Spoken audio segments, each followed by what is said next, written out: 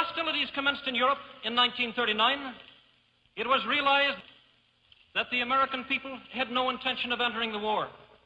But they believed that this country could be enticed into the war in very much the same way that it was enticed into the last one. They planned, first, to prepare the United States for foreign war under the guise of American defense. Second, to involve us in the war step by step without our realization. Third, to create a series of incidents which would force us into the actual conflict. These plans were, of course, to be covered and assisted by the full power of their propaganda. Our theaters soon became filled with plays portraying the glory of war. Newsreels lost all semblance of objectivity, and they have used the war to justify the restriction of congressional power and the assumption of dictatorial procedures on the part of the President and his appointees. A fear campaign was inaugurated.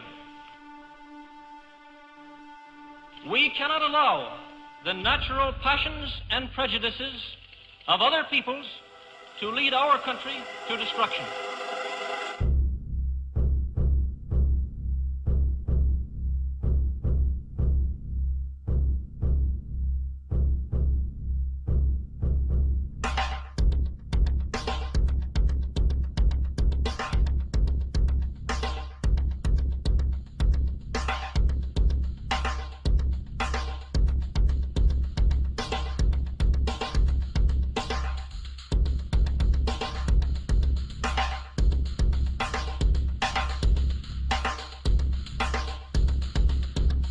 (1775).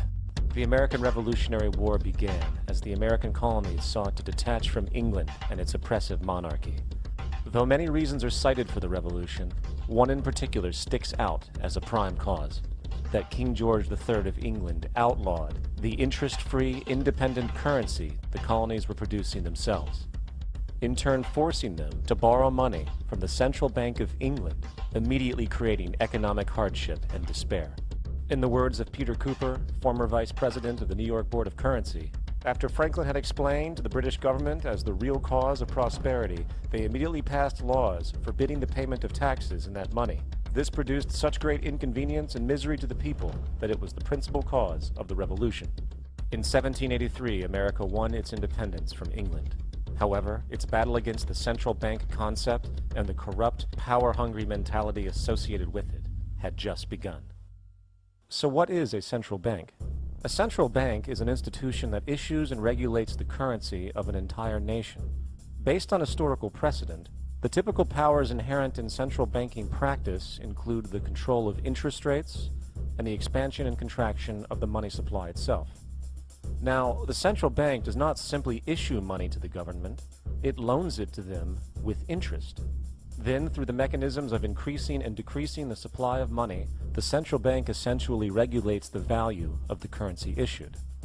It is critical to understand that the entire structure of this system can only produce one thing in the long run: debt. It doesn't take a lot of ingenuity to figure this scam out, for nearly every single dollar produced by both the central bank and its regulated commercial banks is loaned at interest. That means every dollar produced is actually the dollar plus a certain percentage of debt based on that dollar. And since the banking system has the monopoly of the production of the currency, and they loan each dollar out with an immediate debt attached to it, where does the money to pay for the debt come from? It can only come from the banks again, which means the banking system has to perpetually increase its money supply to temporarily cover the outstanding debt created, which in turn, since that new money is loaned out at interest as well, creates even more debt. The end result of this system is essentially slavery, for it is technically impossible for a government, and thus the public, to ever come out of the self-generating debt.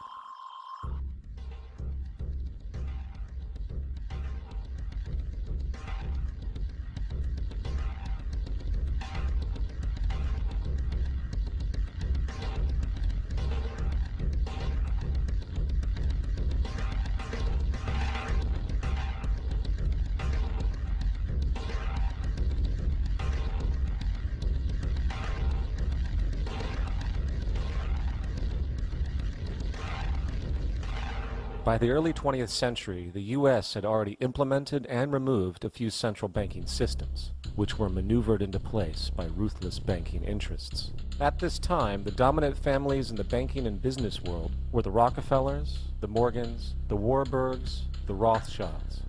And in the early 1900s, they sought to push, once again, legislation to create another central bank. However, they knew the government and public were very weary of such an institution, so they needed to create an incident to affect public opinion. So, J.P. Morgan, publicly considered a financial luminary at the time, exploited his mass influence by reportedly creating rumors that prominent banks in New York were insolvent or bankrupt. Morgan knew this would trigger mass hysteria and a systemic crisis. And it did.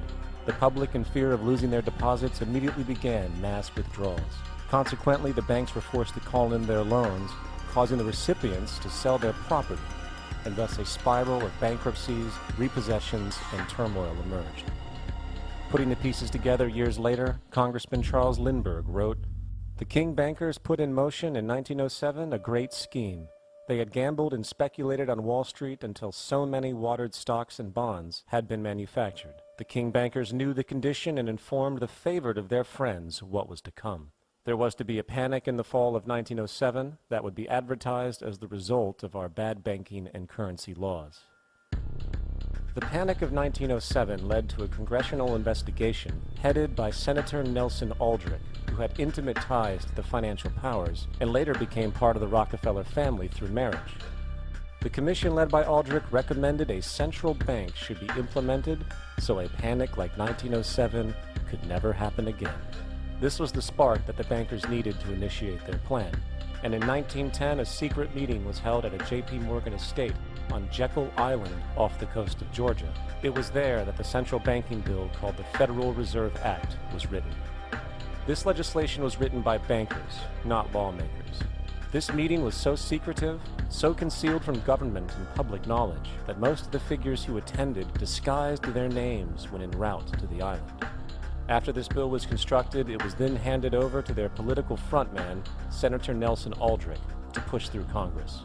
And in 1913, with heavy political sponsorship by the bankers, Woodrow Wilson became president, having already agreed to sign the Federal Reserve Act in exchange for campaign support. And a few days before Christmas, when much of Congress was at home with their families, the Federal Reserve Act was voted in, and Wilson in turn made it law. The night before its passage, Congressman Charles Lindbergh pleaded, "This act establishes the most gigantic trust on earth. When the President signs this act, the invisible government by the money power will be legalized." Now, the public was told that the Federal Reserve System was an economic stabilizer, and inflation and economic crises were a thing of the past. Well, as history has shown, nothing was further from the truth. The fact is, the bankers now had a streamlined machine for economic manipulation.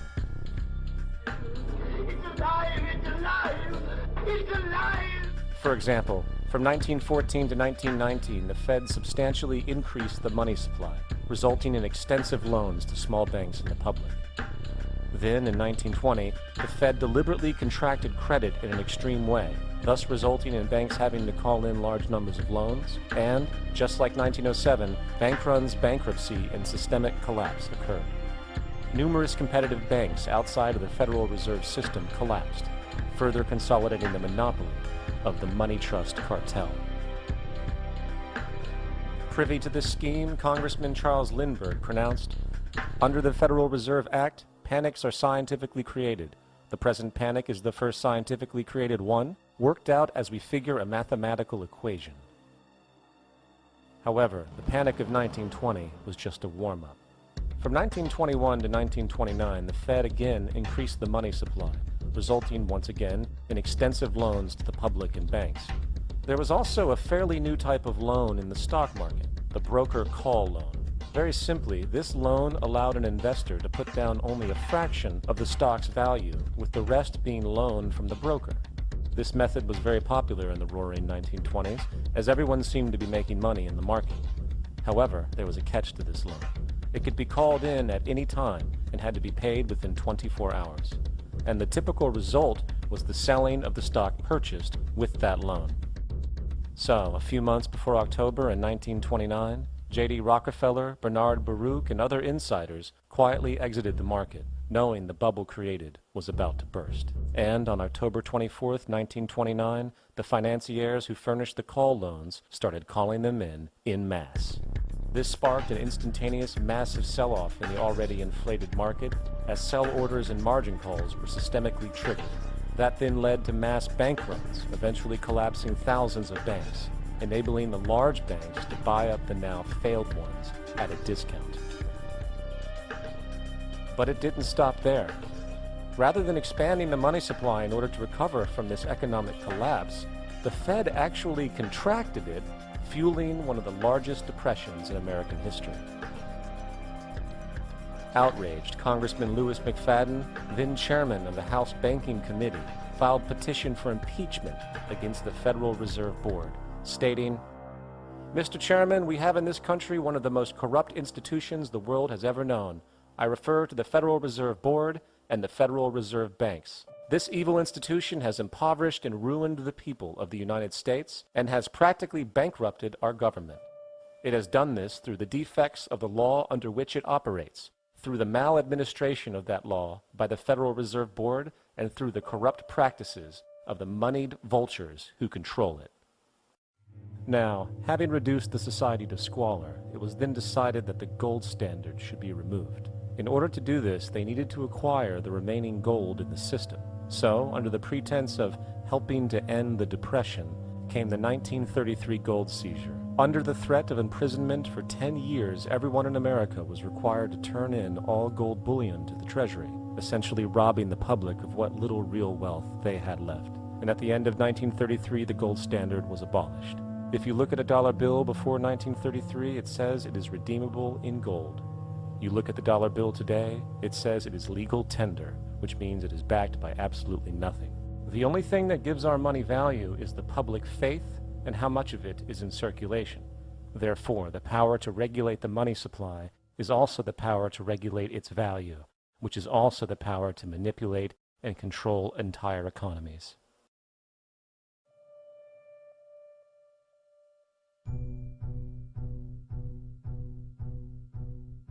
It is important to clearly understand, the Federal Reserve is a private corporation.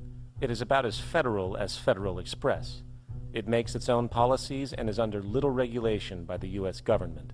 It is a private bank that loans all the currency at interest to the government, completely consistent with the central banking model that the country sought to escape from when it declared independence in the American Revolutionary War.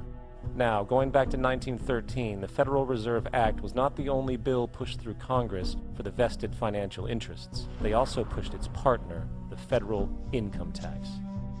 First of all, the federal income tax is completely unconstitutional, as it is a direct, unapportioned tax, and the required number of states needed in order to ratify the amendment to allow the income tax was never legally met, and this has even been cited in modern court cases.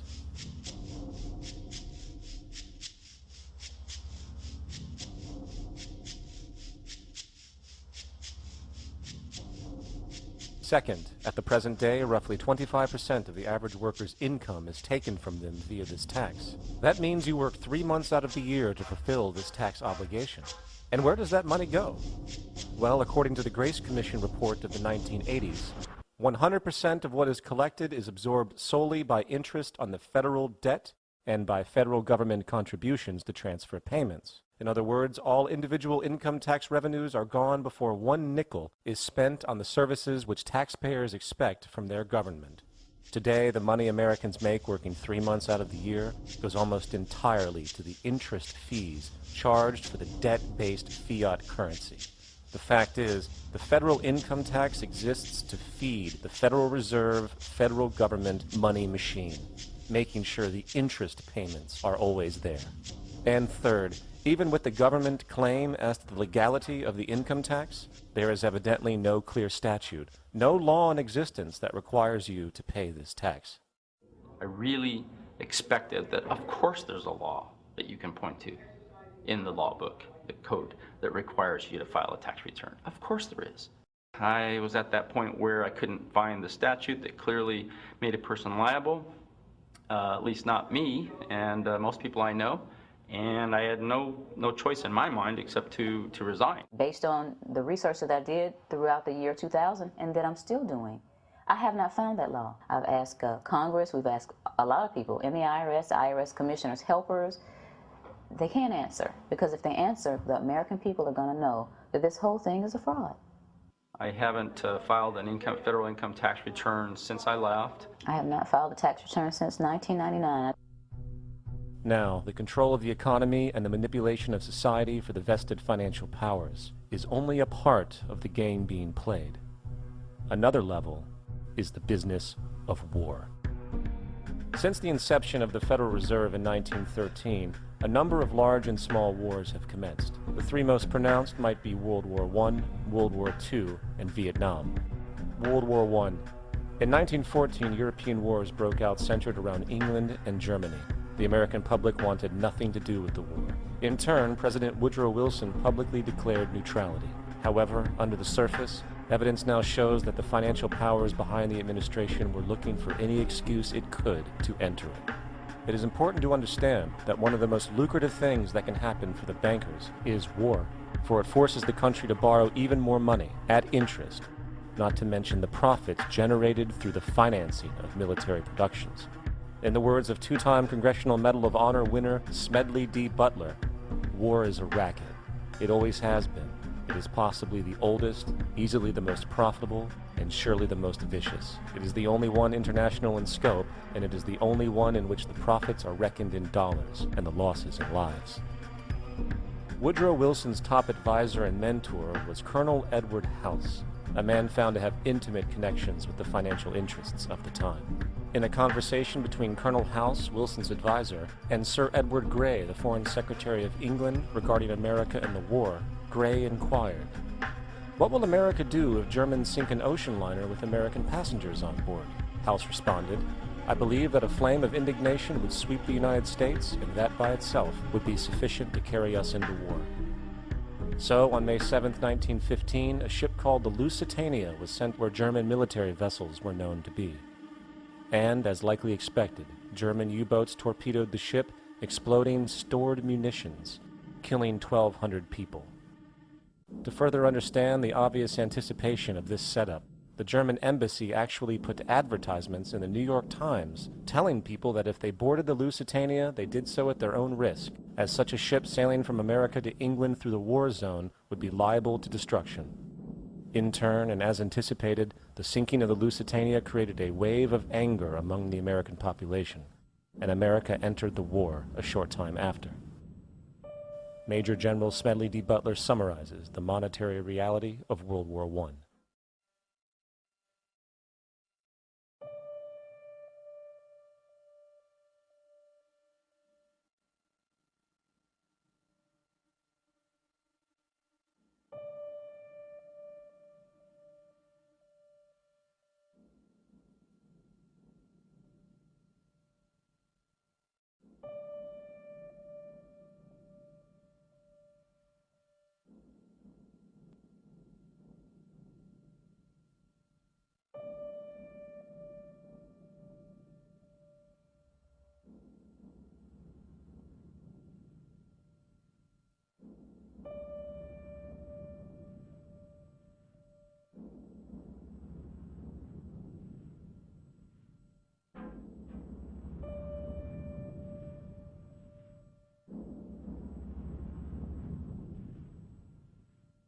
World War II.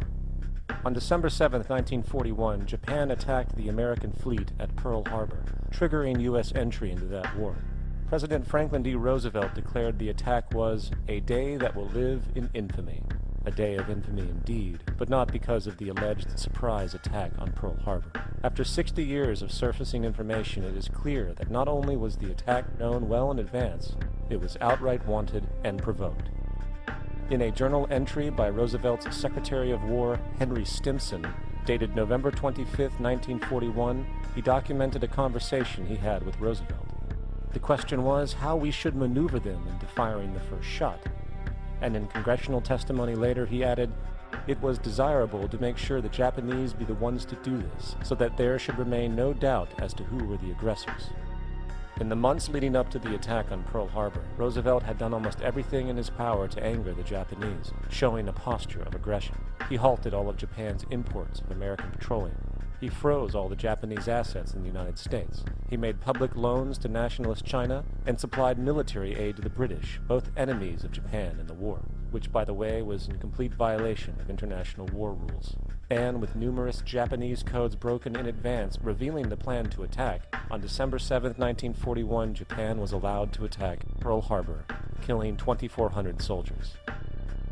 Before Pearl Harbor, 83% of the American public wanted nothing to do with the war. After Pearl Harbor, 1 million men volunteered for that war. It is important to note, Nazi Germany's war effort was largely supported by two organizations, one of which was called IG Farben. IG Farben produced 84% of Germany's explosives. One of the unspoken partners of IG Farben was J.D. Rockefeller's Standard Oil Company in America. In fact, the German Air Force could not operate without a special additive patented by Rockefeller's Standard Oil. The drastic bombing of London by Nazi Germany, for example, was made possible by a $20 million sale of fuel to IG Farben by the Rockefellers Standard Oil Company. This is just one small point on the topic of how American businesses funded both sides of World War II. One other treasonous organization worth mentioning is the Union Banking Corporation of New York City. Not only did they finance numerous aspects of Hitler's rise to power, along with actual materials during the war, it was also a Nazi money laundering bank, which was eventually exposed for having millions of dollars of Nazi money in its vaults. The Union Banking Corporation of New York was eventually seized for violations of the Trading with the Enemy Act. Guess who the director and vice president of the Union Bank was? Prescott Bush, the father and grandfather of former U.S. Presidents George W. Bush and George H.W. Bush. Vietnam. The United States' official escalation and entry into the Vietnam War came after an alleged incident involving two U.S. destroyers being attacked by North Vietnamese PT boats in the Gulf of Tonkin. This was known as the Gulf of Tonkin Incident. This situation was the catalytic pretext for massive troop deployment and full-fledged warfare. One problem, however, the attack on the U.S. destroyers by Vietnamese PT boats never happened. Former Secretary of Defense Robert McNamara stated years later that the Gulf of Tonkin incident was a mistake, while declassified documents released years later show that it was a farce, manipulated for the purposes of war. And once in the war, it was business as usual. In October 1966, President Lyndon Johnson lifted trade restrictions on the Soviet bloc, knowing full well that the Soviets were providing upwards of 80% of North Vietnam's war supplies. Consequently, the Rockefeller interests financed factories in the Soviet Union, which the Soviets used to manufacture military equipment and send it to North Vietnam. However, the funding of both sides in this conflict was only one side of the coin. In 1985, Vietnam's rules of engagement were declassified. This detailed what American troops were and were not allowed to do in the war. It included such absurdities as North Vietnamese anti-aircraft missile systems could not be bombed until they were known to be fully operational. No enemy could be pursued once they crossed the border of Laos or Cambodia. And most revealing of all, the most critical strategic targets were not allowed to be attacked unless initiated by high military officials. Apart from these illogical limitations, North Vietnam was informed of these restrictions and therefore could base entire strategies around the limitations of the American forces. This is why the war went on for so long, and the bottom line is this: the Vietnam War was never meant to be won, just sustained. This war for profit and resources resulted in 58,000 American deaths and 3 million dead Vietnamese. So, where are we now? September 11th was the jumpstart for a hegemonic agenda, enabling the possibility of constant global warfare. It was a staged war pretext no different than the sinking of the Lusitania, the provoking of Pearl Harbor, and the Gulf of Tonkin lie. In fact, if 9/11 wasn't a planned war pretext, it would be an exception to the rule. It has been used to launch two unprovoked illegal wars, one against Iraq and one against Afghanistan. However, 9/11 was a pretext for another war as well, the war against you. The Patriot Act, Homeland Security, the Military Tribunals Act, and other legislations are all completely designed to destroy your civil liberties, and protect those in power. Currently in the United States, unannounced to most Americans, your home can be searched without a warrant, without you being home. You can in turn be detained indefinitely with no charges revealed to you, no access to a lawyer, and legally tortured, all under the suspicion that you might be a terrorist. If you need a painted picture of what is happening, let's recognize how history repeats itself. In February 1933, Hitler staged the false flag attack, burning down his own German parliament building, the Reichstag, blaming it on communist terrorists. Within the next few weeks, he passed the Enabling Act, which completely eradicated the German Constitution, destroying people's liberties. He then led a series of preemptive wars, all justified as necessary to maintaining homeland security.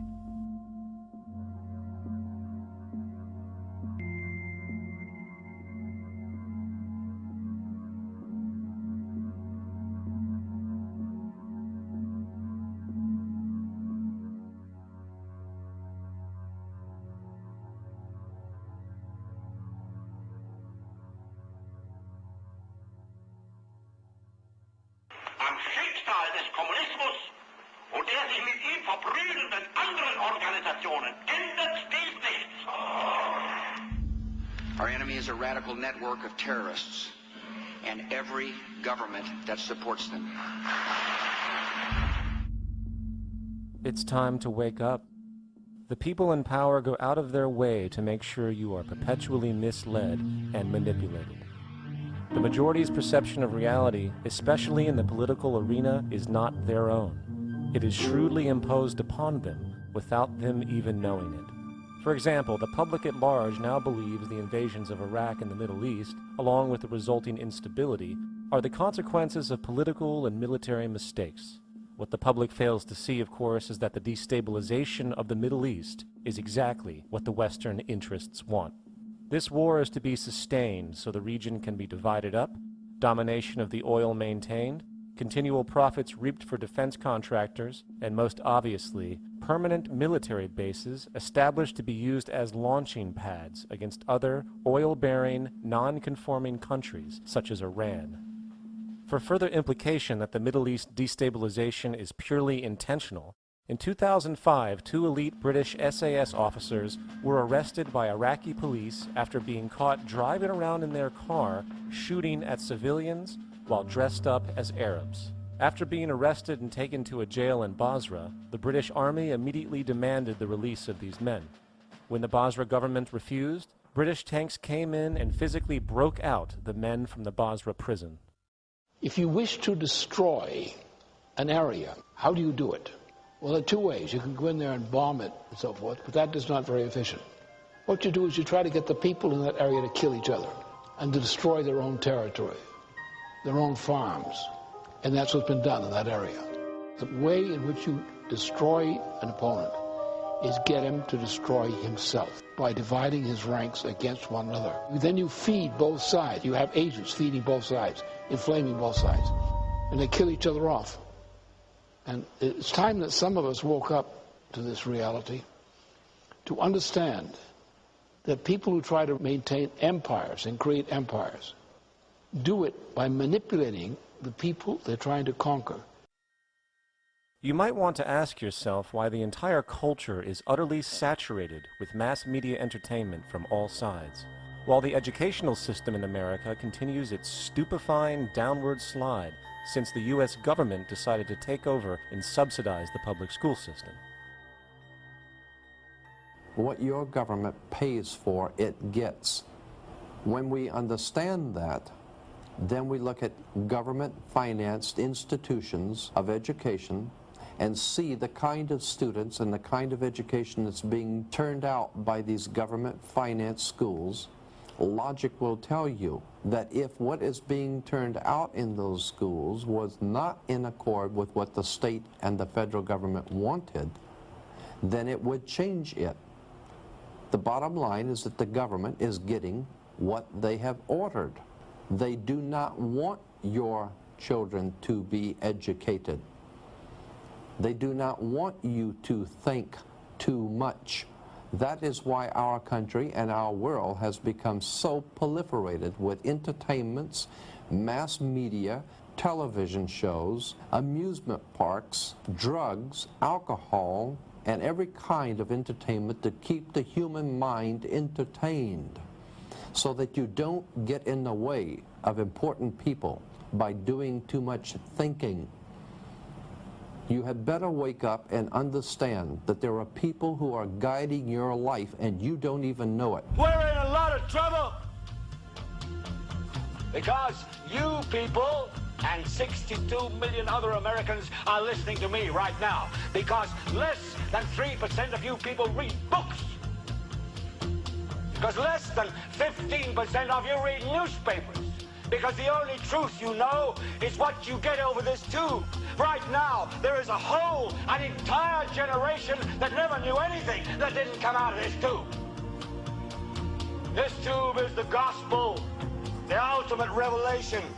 This tube can make or break presidents, popes, prime ministers. This tube is the most awesome goddamn force in the whole godless world. And woe is us if it ever falls into the hands of the wrong people. And when the largest company in the world controls the most awesome goddamn propaganda force in the whole godless world, who knows what shit will be peddled for truth on this network.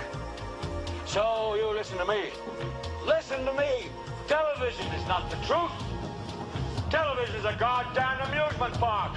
Television is a circus, a carnival, a traveling troupe of acrobats, storytellers, dancers, singers, jugglers, sideshow freaks, lion tamers, and football players. We're in the boredom-killing business. But you people sit there day after day, night after night, all ages, colors, creeds. We're all you know.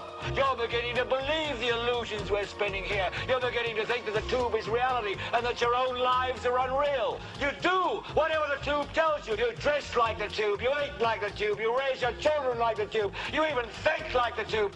This is mass madness, you maniacs. In God's name, you people are the real thing. We are the illusion. The last thing the power establishment wants is a conscious, informed public, capable of critical thinking. This is why a continually fraudulent zeitgeist is output, via religion, the mass media, and the educational system. It is in their interest to keep you in a distracted, naive bubble, and they are doing a damn good job of it. This is Aaron Russo, a filmmaker and former politician. To his left is Nicholas Rockefeller of the Council on Foreign Relations. After maintaining a close friendship with Nicholas Rockefeller, Aaron eventually ended the relationship, appalled by what he had learned. I got a call one day from an attorney woman I knew, and she said, "Would you like to meet one of the Rockefellers?"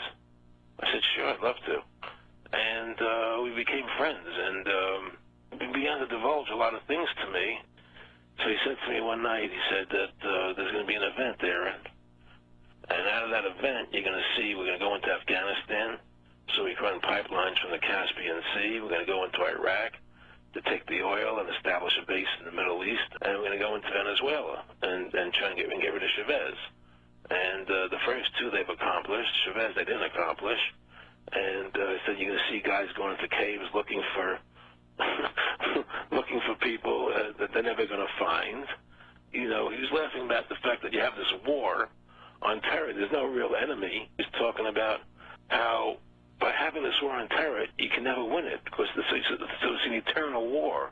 And so you can always keep taking people's liberties away. And I said, how are you going to convince people that this war is real? He said, but the media can convince everybody it's real. I mean, you know, it's just that you keep talking about things. You keep saying it over and over and over again, and eventually people believe it. You know, you created the Federal Reserve in 1913 through lies. You create 9/11, which is another lie. Through 9/11, you're fighting a war on terror, and now all of a sudden you go into Iraq, which was another lie, and now they're going to do Iran. You know, and it's all one thing leading to another, leading to another, leading to another. Now, I would say to them, what are you doing this for? What's the point of this thing? You have all the money in the world you ever want. You have all the power. I said, you know, you're hurting people. It's not a good thing. And he would say, what do you care about the people for?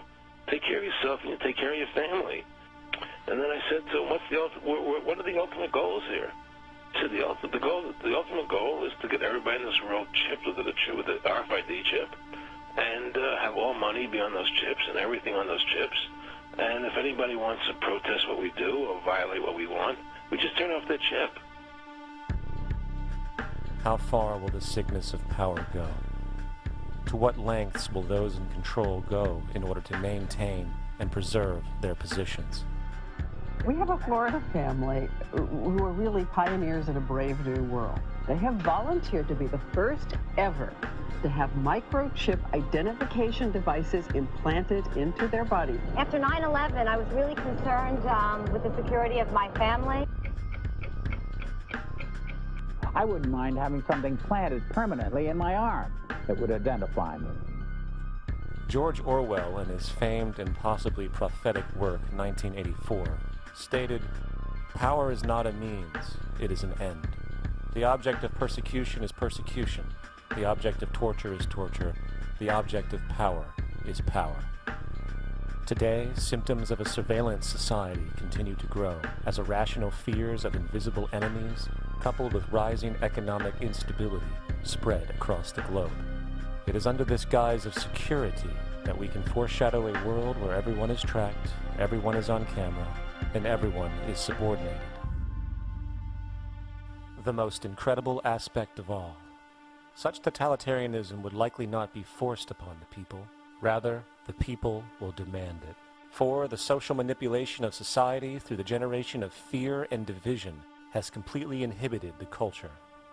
Religion, patriotism, race, wealth, class, and every other form of arbitrary, separatist identification and thus conceit has served to create a controlled population, utterly malleable in the hands of the few. Divide and conquer is the motto, and as long as people continue to see themselves as separate from everything else, they lend themselves to being completely enslaved. However, if the people ever realize the truth of their relationship to nature, and the truth of their personal power to effect change, the entire manufactured zeitgeist that's preyed upon would collapse like a house of cards.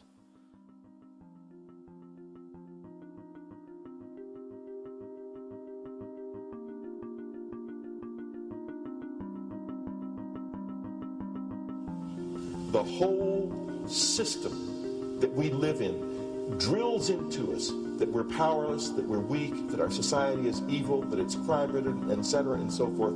It's all a big, fat lie. We are powerful, beautiful, extraordinary. There is no reason why we cannot understand who we truly are, where we are going. There is no reason why the average individual cannot be fully empowered. We are incredibly powerful beings.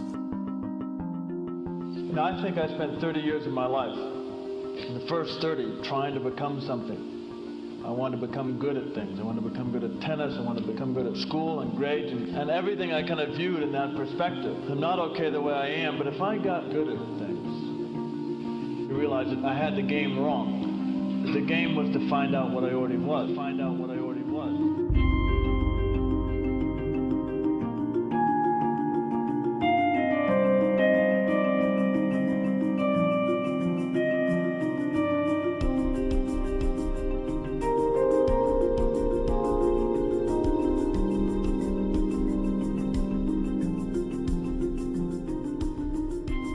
Now, in our culture, we've been trained for individual differences to stand out.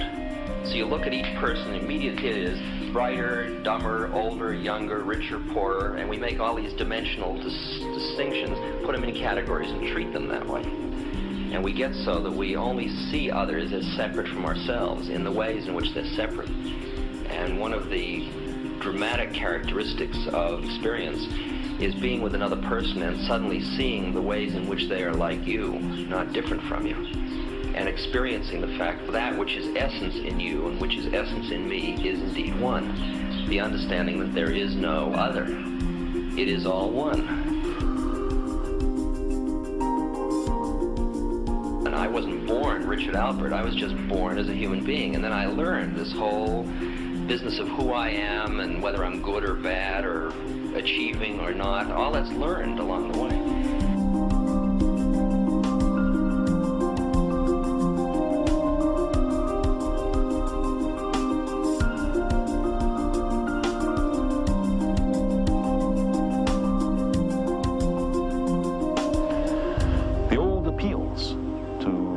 racial, sexual, and religious chauvinism to rabid nationalist fervor are beginning not to work. A new consciousness is developing which sees the Earth as a single organism and recognizes that an organism at war with itself is doomed.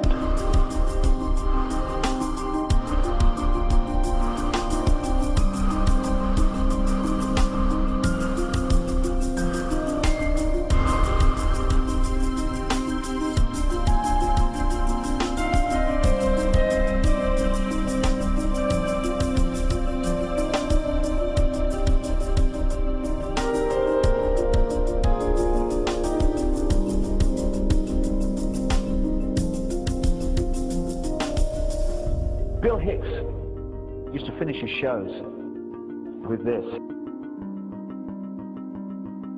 Life's like a ride in an amusement park. And when you go on it, you think it's real, because that's how powerful our minds are. And the ride goes up and down and round and round. It has thrills and chills, and it's very brightly colored. And it's very loud, and it's fun for a while. Some have been on the ride for a long time, and they begin to question, is this real, or is this just a ride? And other people have remembered, and they come back to us and they say, hey, don't worry. Don't be afraid ever, because this is just a ride. And we kill those people. Shut him up. I've got a lot invested in this ride. Shut him up. Look at my furrows of worry. Look at my big bank account and my family. This has to be real. It's just a ride. But we'll kill those good guys who try and tell us that. You ever notice that? And let the demons run amok? But it doesn't matter, because it's just a ride, and we can change it anytime we want. It's only a choice. No effort, no work, no job, no savings of money. Just a choice right now between fear and love.